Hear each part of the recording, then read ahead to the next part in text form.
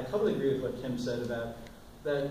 If you want to be good for its own sake, that's kind of preposterous, and you'll just find yourself in what economists call the hedonic treadmill. You'll be tracing your own rear end, and you won't get anywhere.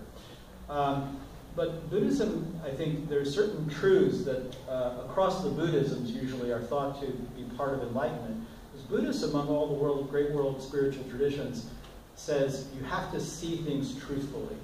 And so the things that you're supposed to see truthfully are that everything's impermanent, you are impermanent too, that everything's the part of this dependent arising. What is now stable will not be stable, will pass, be ephemeral.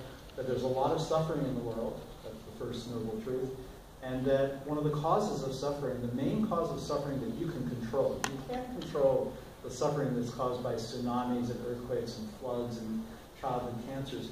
You can control the sufferings that you cause by your own thirsty, avaricious ego. And I think that's that enlightenment, that part of enlightenment is sort of there across the Buddhisms.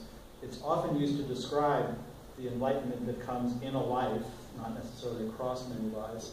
And it seems to be available to us if we're just mildly reflective on the way things are. Yeah, I absolutely agree. To me, enlightenment totally does not rely on any kind of rebirth. Enlightenment means to be full of light, and that's to do with there's a line from I think the Bible that Watts quotes about if thine eye shall be single, thy soul shall be full of light. And it's the idea that, and this is connected with the idea that you, as an ego, are in fact a construct, an illusion. And therefore this struggle that goes in this, should I do this, should I do that? I did a bad thing, I must get myself for doing a bad thing. You know, I'm so naughty, why was I hitting myself so hard? I'm such a bad person to hit myself for doing a bad thing. And these kind of constant conversations that go in between you is what makes you unhappy or unenlightened. And if you can see, as it were, through a single eye, which is that there is just this one finger, and you're not a divided self at all, which is not always possible to believe or live, but I've certainly felt that way in my life, then I have felt that very feeling of just being, yes, I mean, enlightened, but not in the sense that I'm enlightened, just felt very clear and single and true and sincere, I suppose. Okay, we have this lady here again. Hi, yeah, I was wondering what you think about the common theme between all religions. For instance, you're talking about the Virgin Mary and the birth by the Holy Spirit. Jesus was conceived by the Holy Spirit. The same with Siddhartha, he was conceived with an elephant's trunk, wasn't he, touching his mother's side. And I just think there's a lot of comparisons within all the religions. And how can that be? Is it something within our psyche that's sort of culturally bound? And that religion is kind of a culturally bound thing, but somehow the threads and the similarities are within all religions if you look at them in that detail. So there are similarities across world religions, but there are also big differences, and sometimes those differences carry over from the. I'll tell you this quick story just to focus on a difference, because you're right. Like parthenogenesis, virgin birth, that happens all over the place across religions.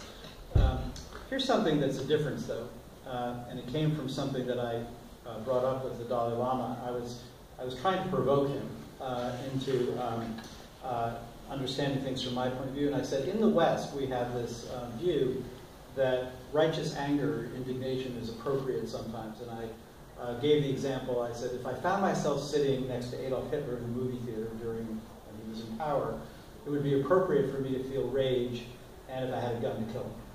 And I added Stalin, Pol Pot, and I threw in Mao Zedong to see if I get a rise out of the Dalai Lama. And he turned then to some high lamas behind himself, and he talked to them for a minute, and he turned back and he said, we believe that you should kill Hitler, and there's a word in Tibetan, you should kill him with furious rage, and he took like what would be a samurai sword and showed himself decapitating them. But you shouldn't be angry. Now that's a big difference of that tradition, and the reason has to do with this, the way that everything's unfolding. I mean, Hitler, on their view, is like a bad node in the unfolding of the causal chain. He's not personally bad or responsible. That's a very, very different attitude. So sometimes I like to focus on the similarities of these spiritual traditions, but sometimes there are differences that make a difference. Tibetan Buddhists, in my experience, again, not Alan Watts, because he's not Tibetan Buddhist, think that anger is always bad. It poisons your soul and it poisons relations. You should never feel it. I don't think it's actually true of Zen either, because I think Zen is about spontaneity. I think a Zen master will get very angry very quickly, but it'll be gone.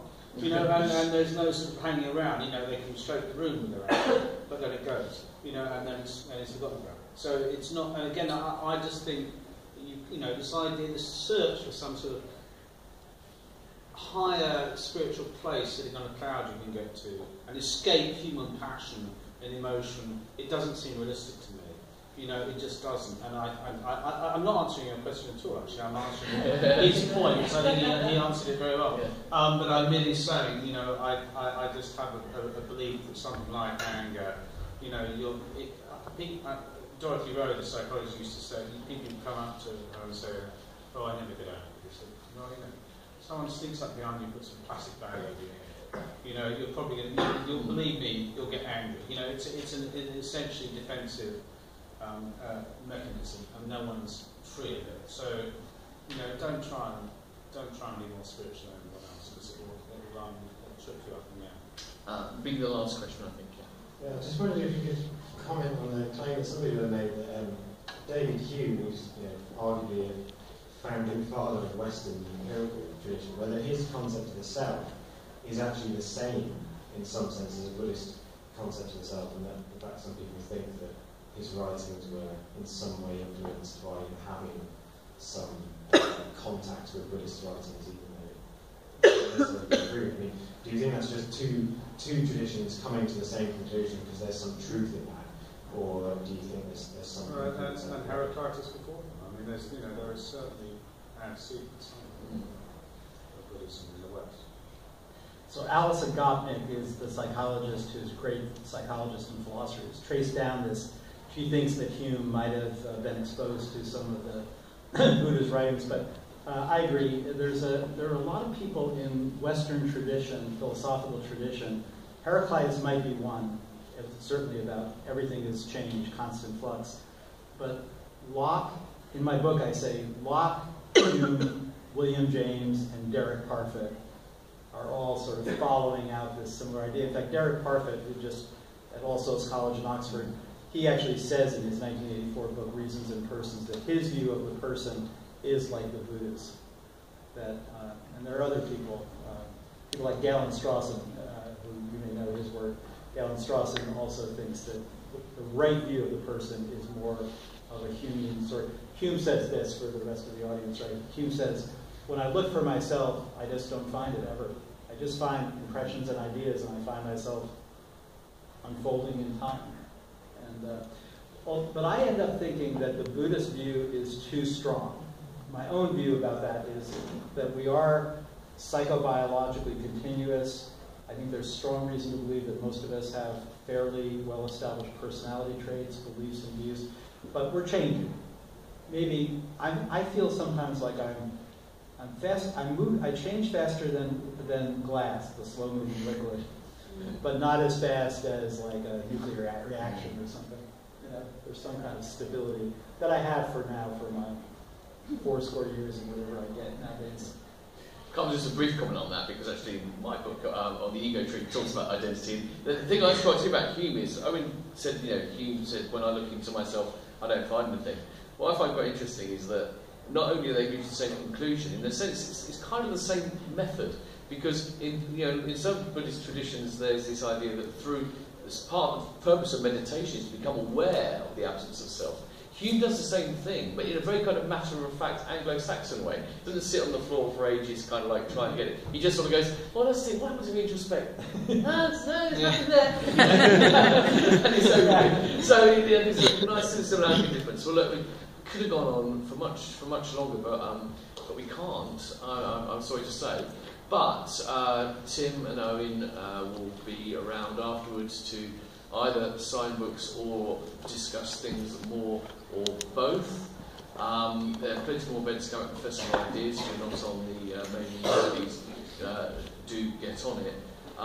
And yeah, I just found this really interesting. I'm really glad that Tim's come from London, and Owen, you've had Owen He's over from the States only for a short period. We managed to sort of like divert him down to Bristol for this, so I'm very grateful for that.